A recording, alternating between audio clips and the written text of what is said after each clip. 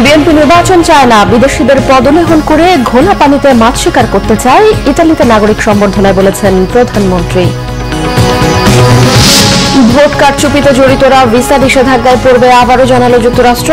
বাংলাদেশের মানবাধিকার ও গণমাধ্যমের স্বাধীনতা নিয়ে ইইউ এর উদ্বেগ। সীমান্তের ওপার থেকে অস্ত্র কিনছে বিএনপি, জানালেন ওবায়দুল কাদের। বললেন, কম্বোডিয়ার ওপর নিষেধাজ্ঞা নিয়ে অতি উৎসাহী হয়ে উঠেছে অনেকেই। অস্ত্র জড়ো করা নিয়ে ওবায়দুল কাদেরের বক্তব্য উদ্দেশ্যমূলক, বললেন মির্জা ফখরুল। 27 জুলাই সহিংসতা হলে দায় সরকারের, হুঁশিয়ারি বিএনপি নেতাদের। দেখছিলেন বিআরবি কেবল সংবাদ শিরোনাম, এবারে বিস্তারিত। প্রধানমন্ত্রী শেখ হাসিনা বলেছেন, দেশের মানুষের ভাগ্য উন্নয়নে কাজ করছে আওয়ামী লীগ। বিএনপির রাজনীতি হল মানুষ পুড়িয়ে নিজেদের ভাগ্য করা। মঙ্গলবার ইতালিতে প্রবাসী বাংলাদেশিদের দেয়া নাগরিক সম্বর্ধনায় তিনি এসব কথা বলেন। শেখ হাসিনা বলেন, বিএনপি নির্বাচন চায় না, বিদেশিদের পদলেহন করে দলটি ঘোলা পানিতে মাছ শিকার করতে চায়। মানুষের দিকে তাকায় না, শুধু নিজেদের এটাই দেখে। তো এইভাবেই তারা দেশটাকে ধ্বংসের দিকে নিয়ে ক্ষমতায় থাকার জন্য 1,23,00,000 ভুয়া ভোট দিয়ে ভোটার লিস্ট করলো। এবং তাদের যে ভোট চুরির যে একটা অভ্যাস, সেটা আমি একটু মনে করাই দিতে চাই। 96 সালে 15 ফেব্রুয়ারি ভোটারবিহীন ভোট করে খালেদা জিয়া ঘোষণা দিল নিজেকে যে সে আবার প্রধানমন্ত্রী হলো। কিন্তু বাংলাদেশের মানুষ ওই ভোট চোরদের কখনো স্থান দেয় না। সেখানে আন্দোলন সংগ্রাম, সেই আন্দোলনের মুখে খালেদা জিয়া 30 মার্চ পদত্যাগে বাধ্য হলো। আবার ঠিক 2001 ক্ষমতা এসে একই ঘটনা 2006 ইলেকশন, কয়েকজনকে আনকন্টেস্টেড ডিক্লেয়ার করে দিল, কিন্তু তারপর এমার্জেন্সি আসলো, সেই ইলেকশন বাতিল হয়ে গেল। কাজেই ভোট চুরি করলে বাংলাদেশের মানুষ কিন্তু মেনে নেয় না, এটা হলো বাস্তবতা। এদিকে বাংলাদেশকে জ্বালানি, এলএনজি ও বর্জ্য থেকে বিদ্যুৎ উৎপাদনের সহায়তা দিতে রাজি হয়েছে ইতালি। প্রধানমন্ত্রীর উপস্থিতিতে এই সংক্রান্ত দুটি সমঝোতা স্মারক সই হয়েছে। মঙ্গলবার রোমে স্থানীয় সময় দুপুরে দেশটির প্রধানমন্ত্রী জর্জিয়া মেলোনির সঙ্গে আনুষ্ঠানিক দ্বিপাক্ষিক বৈঠক করেন প্রধানমন্ত্রী শেখ হাসিনা। বৈঠক শেষে পার্কো ডি প্রিন্স দ্য গ্র্যান্ড হোটেলে ব্রিফিংয়ে এইসব কথা জানান পররাষ্ট্রমন্ত্রী ডক্টর একে আব্দুল মোমেন। তিনি জানান, সংস্কৃতি বিনিময় সংক্রান্ত আলাদা একটি সমঝোতাও সই হয়েছে। পররাষ্ট্রমন্ত্রী বলেন, ইতালিতে অবৈধ প্রবাসীদের বৈধ করার অনুরোধ জানিয়েছেন শেখ হাসিনা। তবে অবৈধ প্রবাসীদের বৈধ করতে না পারলেও বাংলাদেশ থেকে নতুন কর্মী নিতে ইতালি আগ্রহ দেখিয়েছে। প্রধানমন্ত্রী শেখ হাসিনা বলেছেন, দু একটি দেশ আছে প্রত্যেক নির্বাচনের আগে আওয়ামী লীগকে কিভাবে সরাবে সেটা নিয়ে ব্যস্ত থাকে। বললেন, যাদের দিয়ে বাংলাদেশের সন্ত্রাস ও জঙ্গিবাদ দমন করা হয়েছে, তাদের বিরুদ্ধে স্যাংশন দিলে বাহিনীর সদস্যরা মনোবল হারিয়ে ফেলে। একে খুবই দুর্ভাগ্যজনক বলে মন্তব্য করেছেন প্রধানমন্ত্রী। মঙ্গলবার ইতালির রাজধানী রোমে দূত সম্মেলনে প্রধানমন্ত্রী এসব কথা বলেন। মিরাজ হোসেন গাজীর রিপোর্ট। ইউরোপীয় ইউনিয়নভুক্ত দেশে বাংলাদেশের রাষ্ট্রদূতদের সাথে ইতালির রোমে প্রধানমন্ত্রী শেখ হাসিনার বৈঠক। বাংলাদেশে বিদেশি বিনিয়োগ বাড়ানোর বিষয়ে কূটনীতিকদের কাজ করার কথা বলেন প্রধানমন্ত্রী। দেশের অভ্যন্তরীণ ইস্যু নিয়ে কিছু রাষ্ট্র ও আন্তর্জাতিক সংস্থার ভূমিকার সমালোচনা করেন শেখ হাসিনা। একটা দেশ তো আছে সারাক্ষণ প্রত্যেক ইলেকশনের আগেই আওয়ামী লীগের কিভাবে সরাবে সেই দিকেই ব্যস্ত, এবং তাদের কাছে আবার মানবাধিকার কথা শুনতে হয়, যেখানে খুনিদের আশ্রয় দেয়, অগ্নিসন্ত্রাস, জঙ্গিবাদ, সন্ত্রাসের সাথে জড়িত তাদের নিয়ে ওঠা বসা। তারা আসে, যারা অগ্নিসন্ত্রাসের আসামি তাদের মানবাধিকার নিয়ে তারা ব্যস্ত, কিন্তু যে ভিকটিম, যা স্বজনহারা বা যে পুড়িয়ে গেছে, তাদের নিয়ে তাদের চিন্তা নাই। প্রধানমন্ত্রী বলেন, আওয়ামী লীগ মানুষের ভোটের অধিকার প্রতিষ্ঠা করেছে, আর বিএনপি জ্বালাও পোড়াও করে দেশের ভোটের সুষ্ঠু পরিবেশ নষ্ট করে। আজকে আমাদের সরকার আমলে যে কোনো উপনির্বাচন এবং স্থানীয় সরকার নির্বাচন হচ্ছে, হ্যাঁ, এখানে লোকালি হয়তো নিজেদের মধ্যে নিজেরাই মারামারি লাগে, কিন্তু সরকারের পক্ষ থেকে কখনো ভোট চুরি করতে বা ভোট সিল মারা বা ভোট কেড়ে নেওয়া আমরা তো সেটা করতে চাইনি। জনগণ আমাদের ভোট দিয়েছে, আমরা জনগণের ভোটে নির্বাচিত হয়ে এসেছি, আর এরা তো ইলেকশনই করেনি। যারা নির্বাচনই করলো না, নির্বাচন ঠেকাতে যে অগ্নিসন্ত্রাস করলো, ভোট কেন্দ্র পোড়ালো, প্রিসাইডিং অফিসার মেরে ফেললো, পুলিশ মারলো, 29 জন পুলিশ মেরেছে, তো তারা আবার ভোটের উপর কথা বলে কিভাবে? জঙ্গিবাদ ও সন্ত্রাস দমনে যেই বাহিনী বড় ভূমিকা রেখেছে, তাদের বিরুদ্ধে নিষেধাজ্ঞা দেয়া নিয়ে আবারও প্রশ্ন তুলেছেন প্রধানমন্ত্রী শেখ হাসিনা। দুর্ভাগ্য হলো যে যাদেরকে দিয়ে সন্ত্রাস ঠেকাই, জঙ্গিবাদ ঠেকাই, তাদের উপর যদি স্যাংশন দেয় তো এরা তো মনোবল হারিয়ে ফেলে, সেটা তো আরো মানুষকে বেশি উৎসাহিত করে, অপরাধ প্রবণতা বৃদ্ধি পায়। এটাই হচ্ছে সবচেয়ে দুর্ভাগ্য যে যাদের দিয়ে সন্ত্রাস দমন করলাম, জঙ্গিবাদ দমন করলাম, তাদের উপর একটা স্যাংশন বসায় থুয়ে দিল। এটা কিসের জন্য করলো? আর যারা লঙ্ঘনকারী তাদের জন্য কান্নাকাটি। এই যে দ্বৈততা, এটাই হচ্ছে সবচেয়ে দুঃখজনক। সে বিশ্বব্যাপী দ্বৈততাই চলছে। বাংলাদেশে আশ্রয় নেওয়া মিয়ানমারের নাগরিকদের ফেরত পাঠানোর বিষয়ে নানা জায়গা থেকে বাধা আসছে বলে জানান প্রধানমন্ত্রী শেখ হাসিনা। নাগরিক আপনারা ফেরত নিয়ে যান। মিরাজ হোসেন গাজী, বাংলা ভিশন। বাংলাদেশে স্বাধীন মত প্রকাশ, বিরোধী দলের কর্মসূচিতে বাধা, ভোট কারচুপির মতো মানবাধিকার লঙ্ঘনে জড়িতরা ভিসা নিষেধাজ্ঞায় পড়বে, আবারও জানালো মার্কিন পররাষ্ট্র দপ্তর।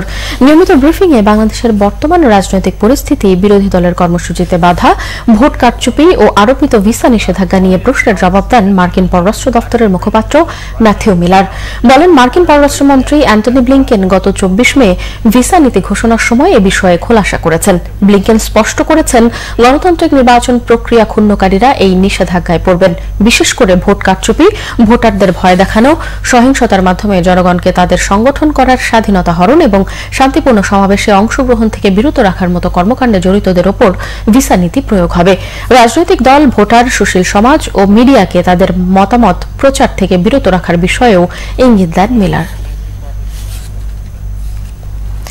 বাংলাদেশে গণতান্ত্রিক পরিবেশে অবাধ, সুষ্ঠু ও শান্তিপূর্ণ একটি নির্বাচন দেখতে চায় ইউরোপীয় ইউনিয়ন, বলেছেন সফররত ইউরোপীয় ইউনিয়নের মানবাধিকার বিষয়ক বিশেষ দূত ইমন গিলমোর। শুধু ভোটের দিন নয়, নির্বাচনের আগে ও পরে মানবাধিকার পরিবেশ নিয়েও ইইউ দেখবে বলেও মঙ্গলবার জানান তিনি। পররাষ্ট্র প্রতিমন্ত্রী শাহরিয়ার আলম বলেছেন, কোন দল নির্বাচনে আসবে কিনা তা নিয়ে আলোচনা হয়নি, বরং নির্বাচনকালীন সরকার ব্যবস্থা নিয়ে গিলমোরকে জানানো হয়েছে। ইমরুল কায়েসের রিপোর্ট।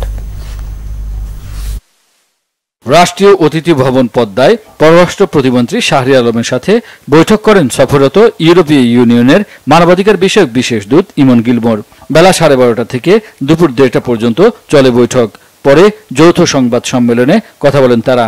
ইমন গিলমোর বলেন, বাংলাদেশের সার্বিক মানবাধিকার পরিস্থিতি, ডিজিটাল নিরাপত্তা আইন, শ্রমিক অধিকার সহ নানা ইস্যুতে পররাষ্ট্র প্রতিমন্ত্রীর সাথে আলোচনা করেছেন তিনি। নির্বাচন আগে পরের মানবাধিকার পরিস্থিতি নিয়েও কথা বলেন এই বিশেষ দূত। We look not just at what happens on the day of voting. আমরা শুধু ভোটের দিনে কি ঘটছে তাই দেখি না। নির্বাচনের আগে পরের মানবাধিকার পরিস্থিতি, নির্বাচনী বিতর্কের পরিবেশ, কারা অংশগ্রহণ করতে পারছে, গণমাধ্যম ঠিকমতো কাজ করতে পারছে কিনা, এই বিষয়গুলো দেখে থাকি। বাংলাদেশে গণতান্ত্রিক পরিবেশে অবাধ, সুষ্ঠু ও শান্তিপূর্ণ একটি নির্বাচন দেখতে চাই। সদ্য ফিরে যাওয়া ইইউ প্রাক নির্বাচনী পর্যবেক্ষক দলের রিপোর্টের উপর ভিত্তি করে হাই রিপ্রেজেন্টেটিভ সিদ্ধান্ত নেবেন নির্বাচনী পর্যবেক্ষক দল পাঠাবেন কিনা। যেসব দেশের কাছ থেকে পণ্য কেনা হয় ও বিনিয়োগ করা হয় সেসব দেশের মানবাধিকার পরিস্থিতিও ইউরোপীয় ইউনিয়ন দেখে থাকে। পররাষ্ট্র প্রতিমন্ত্রী শাহরিয়ার আলম বলেন, নির্বাচনকালীন সরকার পদ্ধতি নিয়ে ইইউ বিশেষ দূতকে জানিয়েছেন তিনি। We have discussed about election. But no, we haven't discussed about how to bring in. নির্বাচন নিয়ে আমাদের মধ্যে আলোচনা হয়েছে, তবে অন্য দলকে নির্বাচনে কিভাবে আনা যায় তা নিয়ে আলোচনা হয়নি। আমরাও অবাধ, সুষ্ঠু ও শান্তিপূর্ণ নির্বাচন করতে চাই। এ ব্যাপারে প্রধানমন্ত্রীর অঙ্গীকারের কথা তাকে বলেছি। নির্বাচনের সময় নির্বাচন কমিশনই সরকার পরিচালনা করবে। GSP রেজিম 2026 পর্যন্ত ভ্যালিড ছিল, কিন্তু it has been extended till 2029. এর আগে সকালে জাতীয় মানবাধিকার কমিশন চেয়ারম্যানের সাথে বৈঠক করেন ইইউ মানবাধিকার বিষয়ক বিশেষ দূত ইমন গিলমোর। পরে মানবাধিকার কমিশন চেয়ারম্যান বলেন, বিচার বহির্ভূত হত্যায় বিদেশিদের কাছে দেশের ভাবমূর্তি নষ্ট হয়। অত্যন্ত নিরপেক্ষ একটা অবস্থান থেকে আমরা এগুলোর জন্য সোচ্চার থাকি।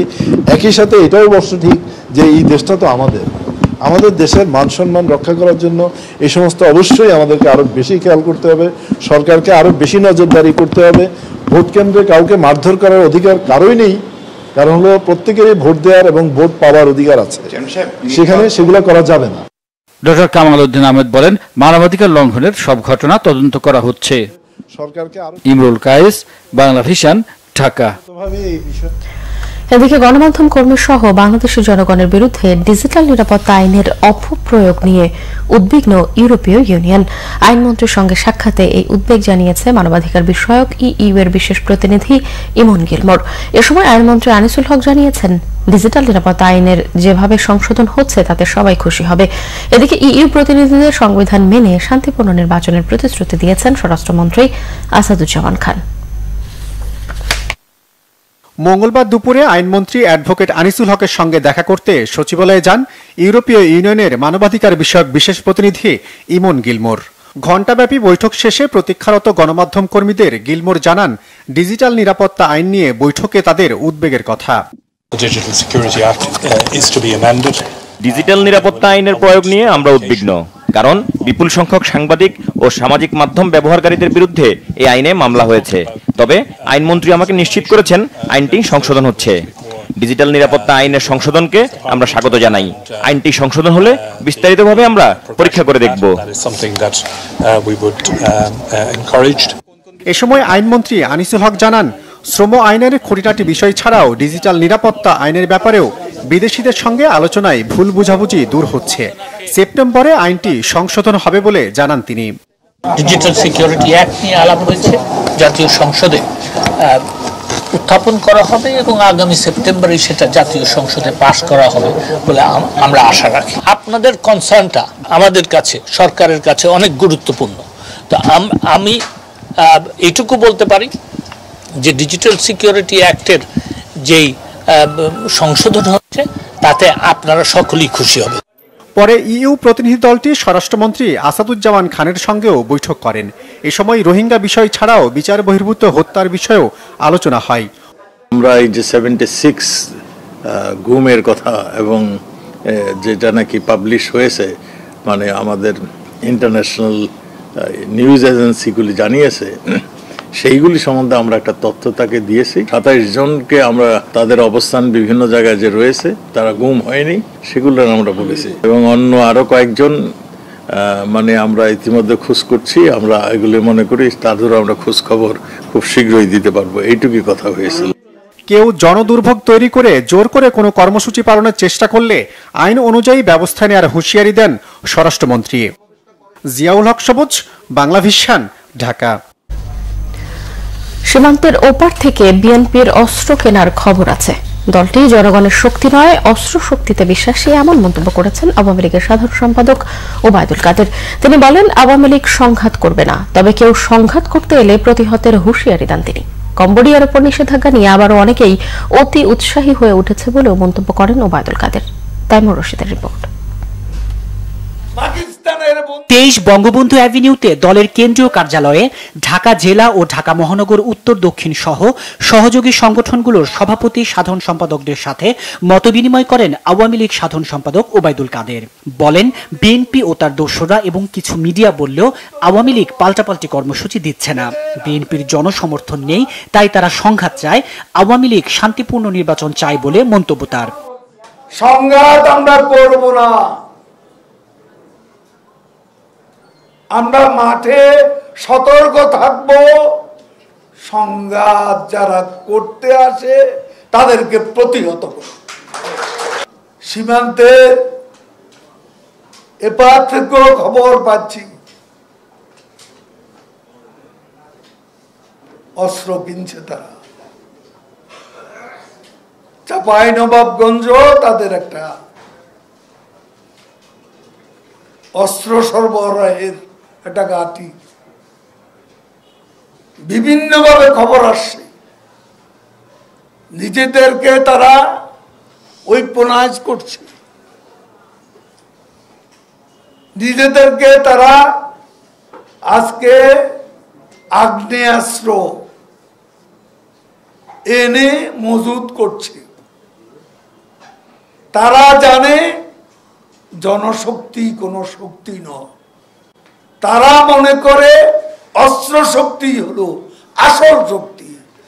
হেলাফেলার সুযোগ নেই, দেশের জন্য শেষ পর্যন্ত লড়াই করতে প্রস্তুত থাকতে নেতাকর্মীদের আহ্বান জানান ওবায়দুল কাদের। বলেন, নির্বাচন ব্যবস্থা স্বাধীন, কারচুপি ও জালিয়াতির সুযোগ নেই, তাই যত অপপ্রচারই হোক বিভ্রান্ত না হওয়ার পরামর্শ তার। কম্বোডিয়া বিরোধী দল অংশ নেয়নি, সেজন্য নিষেধাজ্ঞা হয়েছে। তো এখানেও যদি বিরোধী দল অংশ না নেয়, সেটা কার অপরাধ? আবার তাদের সাহায্য বন্ধ করে দিয়েছে। এইটা দেখে অনেকে আবারও যারা এতদিন মুখ চোখ শুকিয়ে গিয়েছিল, এখন আবার গলায় পানি আসছে। ফখরুলের গলায় এখন অনেক পানি। এখন বিদেশিদের কথা কি করে বোঝাবো যে বিএনপি এমন একটা দল, যেই দলকে গ্যারান্টি দিতে হবে যে ইলেকশন হলে তারা জিতবে, তাদের জয় সুনিশ্চিত। এই গ্যারান্টি না দিলে তারা কখনো নির্বাচন চলমান ব্যবস্থার প্রতি আস্থাশীল হবে না। মুক্তিযুদ্ধের সপক্ষ শক্তিকে নিয়ে আগামী নির্বাচনে বিজয়ের লক্ষ্যে এগিয়ে যাওয়ার প্রত্যয় ব্যক্ত করেন আওয়ামী লীগ সাধারণ সম্পাদক ওবায়দুল কাদের। তাইমুর রশিদ, বাংলা ভিশন, ঢাকা। বিএনপি মহাসচিব মির্জা ফখরুল ইসলাম আলমগীর অভিযোগ করেছেন, সীমান্তে অস্ত্র জড়ো করার কথা বলে নতুন চক্রান্ত করছে সরকার। তিনি বলেন, জনগণের আন্দোলন যখন চূড়ান্ত রূপ নিয়েছে, ঠিক তখনই ওবায়দুল কাদেরের অস্ত্র জড়ো করার বক্তব্য উদ্দেশ্যমূলক। এই কথা বলে সরকার যদি জনগণের উপর অস্ত্র ব্যবহার করে, তবে যে কোনো পরিস্থিতির দায় বহন করতে হবে ক্ষমতাসীনদের। আরো জানাচ্ছেন সিকান্দার রহমান। গণতন্ত্র, আইনের শাসন, মানবাধিকার, ভোটাধিকার পুনঃপ্রতিষ্ঠা এবং স্বাধীন বিচার ব্যবস্থার দাবিতে আইনজীবী সমাবেশ হয়েছে রাজধানীর ইঞ্জিনিয়ার্স ইনস্টিটিউশনে। ইউনাইটেড লয়ার্স ফ্রন্ট আয়োজিত এ অনুষ্ঠানে বিএনপি মহাসচিব অভিযোগ করেন, সরকার বাংলাদেশকে কর্তৃত্ববাদী রাষ্ট্রে পরিণত করেছে। বাংলাদেশের গণতন্ত্র পুনরুদ্ধারের আন্দোলন রুখে দেওয়ার চক্রান্ত করছে সরকার। সীমান্তে অস্ত্র জড়ো করার বিষয়ে ওবায়দুল কাদেরের বক্তব্যের কঠোর সমালোচনা করেন বিএনপি মহাসচিব। ওবায়দুল কাদের সাহেব তিনি একটা সভায় বলেছেন যে বিএনপি বাংলাদেশে অরাজকতা সৃষ্টি করবার জন্য তারা সীমান্তে অস্ত্র জড়ো করছে। কি ভয়ঙ্কর কথা! কোন সময়? যখন জনগণ জেগে উঠছে, যখন তাদের জনগণ চূড়ান্ত আন্দোলন শুরু করেছে তাদের অধিকার আদায়ের জন্য, সেই সময় এই কথা বলে তারা নতুন একটা চক্রান্ত ষড়যন্ত্র শুরু করবার পায়তারা করছে বন্ধুরা। আমরা পরিষ্কার করে বলতে চাই, এই সমস্ত কথা বলে আপনারা যদি আবার জনগণের উপরে কোনো অস্ত্র ব্যবহার করেন, তাহলে সমস্ত দায় দায়িত্ব আপনাদেরকে বহন করতে হবে। বিএনপি মহাসচিব আরও অভিযোগ করেন, ২৭শে জুলাই পাল্টা কর্মসূচি দিয়ে পরিস্থিতি ঘোলাটে করতে চায় আওয়ামী লীগ। ক্ষমতাসীনরা জনসমর্থন হারিয়ে সহিংসতার পথে হাঁটছে বলেও মন্তব্য করেন তিনি। কোন চক্রান্ত করে, কোন ষড়যন্ত্র করে, কোন সহিংসতা করে এই মহাসমাবেশকে নস্যাৎ করা যাবে না বন্ধুগণ। আমি আহ্বান জানাতে চাই কর্তৃপক্ষের কাছে যে আমাদেরকে শান্তিপূর্ণভাবে সমাবেশ করার সমস্ত ব্যবস্থা আপনারা করবেন, অন্যথায় তার সব দায় দায়িত্ব সরকারকে, কর্তৃপক্ষকে, যারা দায়িত্বে আছেন তাদেরকে বহন করতে হবে। জনগণের ভোটাধিকার আদায়ের সংগ্রাম চলবে জানিয়ে বিরোধী নেতারা বলেন, জনগণকে সাথে নিয়ে রাজপথেই হবে ফয়সালা। সিকান্দার রহমান, বাংলা ভিশন, ঢাকা। এদিকে বিএনপির স্থায়ী কমিটির সদস্য মির্জা আব্বাস ২৭ জুলাই শান্তিপূর্ণভাবে বিএনপির মহাসমাবেশে যোগ দিতে নেতাকর্মীদের আহ্বান জানিয়েছেন। বলেন, আন্দোলনের ফসল বিএনপির হাতের মুঠোয়, যে কোনো মুহূর্তের ফল পাওয়া যাবে। মঙ্গলবার সন্ধ্যায় রাজধানীর শাহজাহানপুরে ঢাকা মহানগর দক্ষিণ বিএনপি ও এর অঙ্গ ও সহযোগী সংগঠন এবং ঢাকা ৮ ও ৯ নির্বাচনী এলাকার আয়োজনে এক প্রস্তুতি সভায় মির্জা আব্বাস এসব কথা বলেন। তিনি বলেন, মহাসমাবেশকে কেন্দ্র করে আওয়ামী লীগ নেতাদের চোখ মুখ শুকিয়ে গেছে। বিএনপি নেতাকর্মীদের ভয় দেখিয়ে লাভ নেই উল্লেখ করে তিনি বলেন, দলের কর্মীরা মামলা খেয়ে জেল খেটে অভ্যস্ত হয়ে পড়েছেন। মির্জা আব্বাস আবারও সাফ জানিয়ে দেন, কোনো অবস্থাতেই আওয়ামী লীগ সরকারের অধীনে নির্বাচনে যাবে না বিএনপি। প্রস্তুতি সভায় আরও বক্তব্য রাখেন মহিলা দলের সভানেত্রী আফরোজ আব্বাস। সভাপতিত্ব করেন ঢাকা মহানগর দক্ষিণ বিএনপির আহ্বায়ক আব্দুস সালাম। হিরো আলমের ওপর হামলা নিয়ে বিবৃতি দেয়া এবার ১৩ বিদেশি মিশনের প্রধানকে তলব করেছে পররাষ্ট্র মন্ত্রণালয়। ঢাকা 17 আসনের উপনির্বাচনে স্বতন্ত্র প্রার্থী হিরো আলমের উপর হামলার নিন্দা জানিয়ে বিবৃতির জেরে এবার যুক্তরাষ্ট্র সহ 11টি দেশ এবং ঢাকার ইউরোপীয় ইউনিয়নের রাষ্ট্রদূতকে তলব করেছে পররাষ্ট্র মন্ত্রণালয়। ঢাকায় কর্মরত 13টি মিশনের প্রধানকে আজ সরকারের অসন্তোষের কথা জানানো হবে। গত 17 জুলাই ঢাকা 17 আসনের উপনির্বাচন হয়। ভোট গ্রহণ শেষ হওয়ার ঘণ্টাখানেক আগে বনানীর একটি ভোট কেন্দ্রের বাইরে হিরো আলমকে মারধর করেন নৌকা প্রতীকের ব্যাজধারী কিছু তরুণ। পরদিন ওই ঘটনার উদ্বেগ জানিয়ে টুইট করেছিলেন বাংলাদেশের আন্তর্জাতিক আবাসিক সমন্বয়কারী গুয়েন লুইস। পরে ঢাকায় অবস্থিত যুক্তরাষ্ট্র ও যুক্তরাজ্য সহ 11টি দেশ আর ইউরোপীয় ইউনিয়নের দূতাবাস এই ঘটনার তীব্র নিন্দা জানিয়ে বিবৃতি দেয়। এরই জেরে 20 জুলাই ঢাকায় জাতিসংঘের ভারপ্রাপ্ত আবাসিক সমন্বয়কারী শেলডন ইয়েটকে পররাষ্ট্র মন্ত্রণালয়ে তলব করে অসন্তোষ জানায় সরকার পক্ষ। জাতীয় সংসদ নির্বাচনের আগে নির্বাচন কমিশনের পক্ষ থেকে আর কোনো সংলাপের উদ্যোগ নেওয়া হবে না, এমনটাই জানিয়েছেন নির্বাচন কমিশনার আনিসুর রহমান। তিনি বলেন, বড় দলগুলো নির্বাচনে এলে কমিশনের ওপর চাপ কমে যায়। মঙ্গলবার কমিশনের সাংবাদিকদের এসব কথা বলেন কমিশনার আনিসুর রহমান। এখনো আমরা আর কোনো চিন্তা করছি না, যদি কিছু করার থাকে করার হয় সেটা তখন দেখা যাবে। এখন এই মুহূর্তে আমাদের অন্য কোনো চিন্তা, আমরা তো ডেকেছিলাম, আমরা বারবার ডেকেছি, একাধিকবার চিঠি দিয়েছি। কেউ যদি রাস্তা দিয়ে রাখে আমি তো কিছু করতে পারবো না।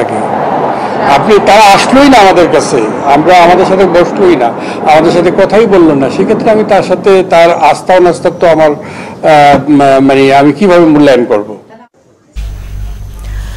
চুরি ছিনতাই হওয়া মোবাইল ফোন খুঁজে পাওয়ার প্রযুক্তি উদ্ভাবন করেছে টাঙ্গাইলের মাওলানা ভাসানী বিজ্ঞান ও প্রযুক্তি বিশ্ববিদ্যালয়ের ফিজিক্সের 3 শিক্ষার্থী। টাচ সেন্সিটিভ মোবাইল মালিক ছাড়া অন্য কেউ অযাচিত স্পর্শ পেলে বেজে উঠবে এবং ভাইব্রেট করতে থাকবে।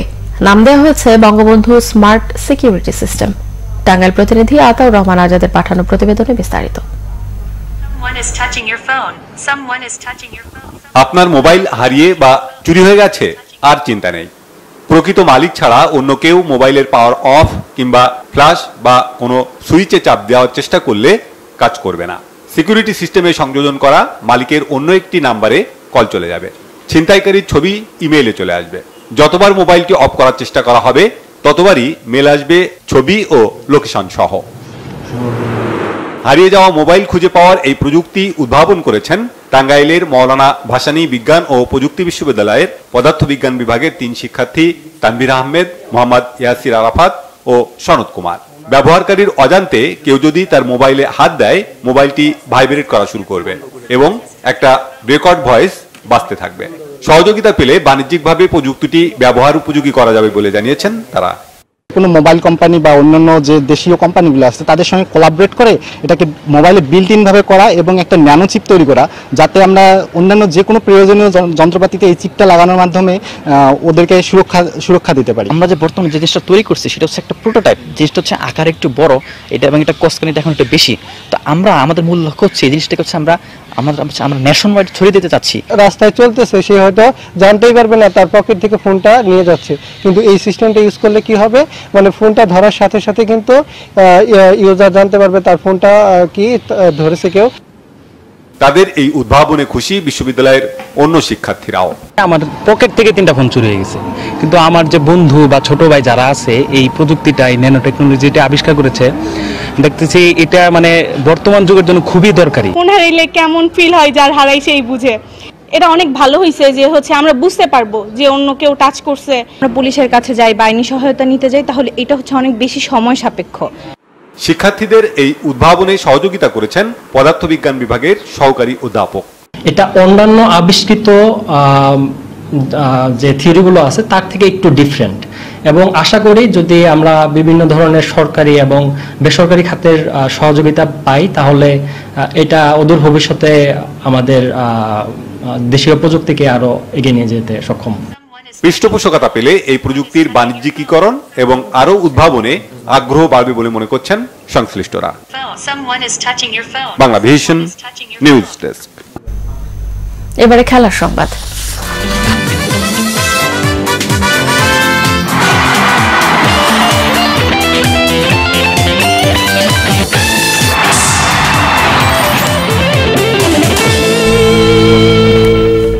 ক্রিকেট। অশোভন আচরণ আর আম্পায়ারিং নিয়ে বিরূপ মন্তব্য করার শাস্তি পেলেন ভারতীয় নারী ক্রিকেট দলের অধিনায়ক হরমনপ্রীত কৌর। তাকে 2 ম্যাচের জন্য নিষিদ্ধ করেছে আইসিসি।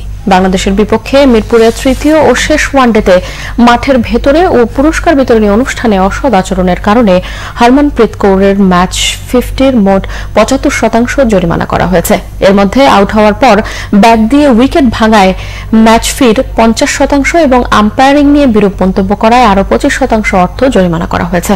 প্রথম ঘটনার জন্য 3টি এবং দ্বিতীয় ঘটনার জন্য 1টি মিলে তার নামে এর পাশে যোগ হয়েছে 4টি ডিমেরিট পয়েন্ট। এছাড়াও ম্যাচে লেভেল 1 ও লেভেল 2 ধরনের অপরাধ করায় শৃঙ্খলা ভঙ্গের জন্য তাকে 2 ম্যাচ নিষিদ্ধ করেছে আইসিসি। ভারতের এই নারী ক্রিকেটার ম্যাচ রেফারি আখতার আহমেদের দেয়া শাস্তি মেনে নেয়ায় কোনো আনুষ্ঠানিক শুনানির প্রয়োজন হয়নি। 2 ম্যাচ নিষিদ্ধ হওয়ায় তিনি ভারতের হয়ে আসন্ন এশিয়ান গেমসের নকআউট পর্বের 2টি ম্যাচ খেলতে পারবেন না। সংবাদ শেষ করব বিআরবি কেবল শিরোনামগুলো আরো একবার জানি।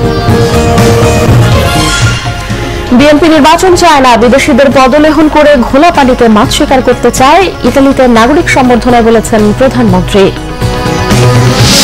ভোট কারচুপিতে জড়িতরা ভিসা নিষেধাজ্ঞায় পড়বে, আবারও জানালো যুক্তরাষ্ট্র। বাংলাদেশের মানবাধিকার ও গণমাধ্যমের স্বাধীনতা নিয়ে ইইউ এর উদ্বেগ। সীমান্তের ওপার থেকে অস্ত্র কিনছে বিএনপি, জানালেন ওবায়দুল কাদের। বললেন, কম্বোডিয়ার উপর নিষেধাজ্ঞা নিয়ে অতি উৎসাহী হয়ে উঠেছে অনেকেই। অস্ত্র জড়ো করা নিয়ে ওবায়দুল কাদেরের বক্তব্য উদ্দেশ্যমূলক, বললেন মির্জা ফখরুল। 27 জুলাই সহিংসতা হলে দায় সরকারের, হুঁশিয়ারি বিএনপি নেতাদের। এই ছিল এখনকার মতো। পরের সংবাদ সকাল 10টায়, এর আগে সকাল 9টায় রয়েছে নিউজ টপ 10 দেখার আমন্ত্রণ রইল। এছাড়াও বাংলাভিশন সংবাদ ও সংবাদ সংশ্লিষ্ট অনুষ্ঠান দেখতে ভিজিট করুন www.bbnews24.com ও facebook.com/banglavisionnews এবং সাবস্ক্রাইব করুন youtube.com/banglavisionnews। এতক্ষণ সঙ্গে থাকার ধন্যবাদ।